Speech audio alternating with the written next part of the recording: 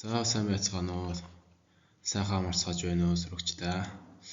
За та бүхэнд өнөөдрийн онлайн хичээл болвол хүүхдийн нийгэмшилд киноны үзүүлэх нөлөөг судлах гэх хичээл байгаа. За энэ хичээлийн хүрээнд хэдвүлээ.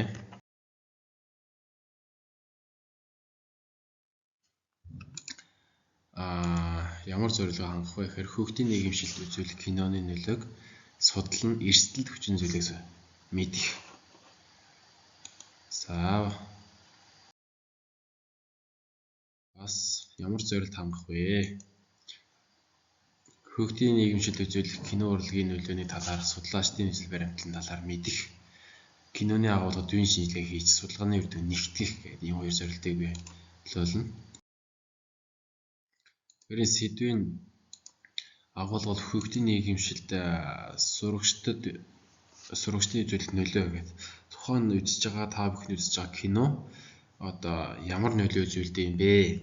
За кино бол олон нийтийн мэдээллийн хэрэгслийн адилаар хүмүүст ингээд маш олон юм тааварлагчгүй юм мэдээллийг өгч байдаг. Тийм учраас сурагчдын нийгэмшил чухал үүрэгтэй. Бид бүхэн 10 дугаар ангид нийгэмшлийн агент гэж хэлсэн тийм. Тэр агент дээр бол хэвлэл мэдээллийн агент гэж байдаг тийм. Нийгэмшил нөлөөлдөг. За энэтэй ижил юм одоо үүрэг үүсгэдэг. Судлаач дэлгэцээр хүчирхийллийг үзүүлэх зан үйлд хэрхэн нөлөөлдгийг бас ихээр судалсан.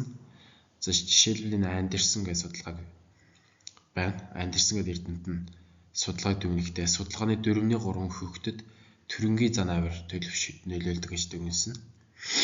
Киноны 4-ний 3. За хоож, терапинер хүчирхийлэл нь бус хүчирхийллийг үзүүлж буй түүнийг яаж хүлээж авч буй тогтсон ойлголт нь нөлөөтэй бай. Телевизэн тогтсон одоо ийм харилцааны төвөгч болдог гэж ингэж ütсэн байна. Тэгэхээр кино бол киногч гэлгүй одоо зөвхөн энэ мэдээллийн хэрэгсэл бидний үздэг богино хэмжээний рил, контент, видео эдгээр маань бидний нийгэмшилд маш их нөлөөж яадаг байх нэ. За тэгээ бас сэтгэл зүй, гендрийн хэвшин ойлголтыг дамжуулж байдаг, уламжлалт хэв шинжийг дамжуулж байдаг, соёлын хуулбарлтыг дамжуулж байдаг гэд энэ хэвлэл мэдээлэлд бид нэр бол маш их хэмжээний одоо болгоомжтой эрг сөрөг талаас нь ингэж хянилж шалгалт шүүмжлэл өрнөөлж гэж үзэх шаардлагатай байна.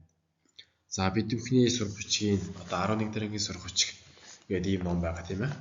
Манай 11 дараагийн сурах хүчгийн соёл хичээлийн хамгийн арын хуудас дээр байгаа. Одоо 68 хуудсан дээр байгаа. Тохиол шинжилээрээ гэдэг. 1989 онд Мэри Мессенжер Дэвис гэдэг эрдэмт нь зурагт хүүхдэд сайн зүйлөө гэдэг номдоо зурагтаар үзүүлдэг балмад явдлууд хүүхдүүдэд ямар нөлөө үзүүлдгийг анхааран судалжээ.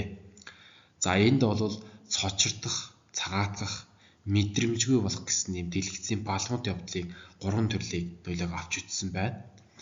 За цочирдох гэж одоо юу юм бэ? Хүмүүс бол хэтэрхий мэдрэмтгий болох. Одоо 1960-аад оны сүүлч 70-аад оны ихээр Америк хүмүүс баг орой болгоно юм зурагтын мэдээгээр бие даалгахын тухай гэж үзэх болсон юм байна. Тэдэнд одоо Вьетнамын дайныг өмнөх ямар ч дайныг үзүүлээгүй аргаар харуулжээ. Ингэснээр Америкчууд Америк иргэд ба цэргүүдийн зовлон үзээд мэдрэмтгий болж энэ цочорд жигшил зэвүүцэл Америкийн цэргийг татаж авахд хүргэсэн нийтийн эсрэгээс өөрнөхөд нь тусалж яасан. Ийм тохиолдол бас гажиглагддаг. За бас энэ цагаатгал гэж байгаа. Цагаатгал бол бид сэтгэл хөдлөлөө сулруулах, арилгах үйл явц. Дэлгэцээр балмад явдлыг үзэх нь бид балмад сэтгэл хөдлөлөө гэм хоргүйгээр бууруулах юм уу арилгахад тус болдог учраас сайн зүйл гэж хэлдэг хүмүүс бий. Бид тэдгээрийг уран сэтгэмждээ эдэлж өнгөрдөг гинэ гэдэг. Ингээд цагаатгал сэтгэл хөдлөлөө гэсэн рүү бас ингээс бодол санаагаа цагаатгадаг юм мэдрэмжийг бас авд юм байна. За мэдрэмжгүй болох гэдэг бол нэгэн цагт бид хүний зовлонд мэдрэмжгүй болох үйл явц хэлнэ. Боозоо тоглоом гэдэг алдар туршилт мэдрэмжгүй болохын нөлөөг нотолжээ. За та бүхний боозоо тоглоом туршилтыг сонсч байсан санагдах. Бага насны хүүхдүүд том тоглоом руу хүүхдүүд алах байр нь эвдэж байгааг харуулсан кино үзүүлжээ. Дараа нь яг кинонд үзүүлсэнтэй адил тоглоом бүхий өрөөнд хүүхдүүд юу хийхээ ажигласан олон хүүхэд дэлгэцээр үзсэнтэй адил балгууд авирилсан байна гэдэг юм сэтгэлзэн туршилтууд бас их байдаг. За та бүхэн ч гэсэн энэ мэдээллийн хэрэгслэрийн мэдрэмжгүй болох үйл явцыг бас ихээр хардаг. Жишээлбэл одоо ингээд хүмүүстэй сайхан хандах тохиолдол байгаа. За ингээд муухай хандах юм харгас тохиолдол үзүү хүүхдүүд яг адилхан хүүхдүүдийг үзүүлэхэд бол хоёр өөр сэтгэл зүйн авир гаргаж байсан ийм одоо сэтгэл зүйн маш олон байранд байдаг. Энийг бол та хэдэд танхимаар хичээлд орох чинь бас илүү маш олон баримтууд хэлж өгнө. За манай хичээлийн эхний зорилт бол ийм байна. Хоёр дахь зорилт хэдүүлээ яах вэ гэхээр хичээл дээр нэг үзсэн кинон дээр байж болно. За бас дээрэс нь өөрийн одоо үсгийг хүсэж байгаа кино ч юм уу нэг л жижиг контентыг үзээд одоо ийм контент анализ хийх хуудас байгаа. Одоо энэ хуудасны дагуу ийм контент анализ хийгээд ирээрээ. Нэгдэн бол хүчирхийлвэл за дүрслэгдэж буй үйлдлийн шинж үргийг үл давхс байдлаар бичих. Зодоо цохио тийм ээ хэрүүл маргаан гэх мэт үргэлжлэх хугацаа хэдэн цаг минут байна. Давтан шидэн удаа байна. За эрэгтэй хүний сэтгэл зүйн шинж хайргас төрөнгүй өрөвч гэдэг ч юм уу ийм шинж хэдэн цаг үргэлжилж байна. Эмэгтэй хүнийх сэтгэл зүйн шинж хэдэн цаг үргэлжилж байна. Эрэгтэй хүний үүрэг цалин болгох ажил хийх, манлайлах, асар нь халамжлах.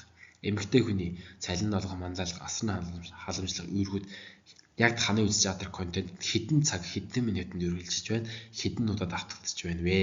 За тэгээ хэдүүлээ хамгийн сүүл мэдээллийн их сурвалжийг бичнэ. За ийм даалгаврыг гэртээ хийгээд ирээрэй.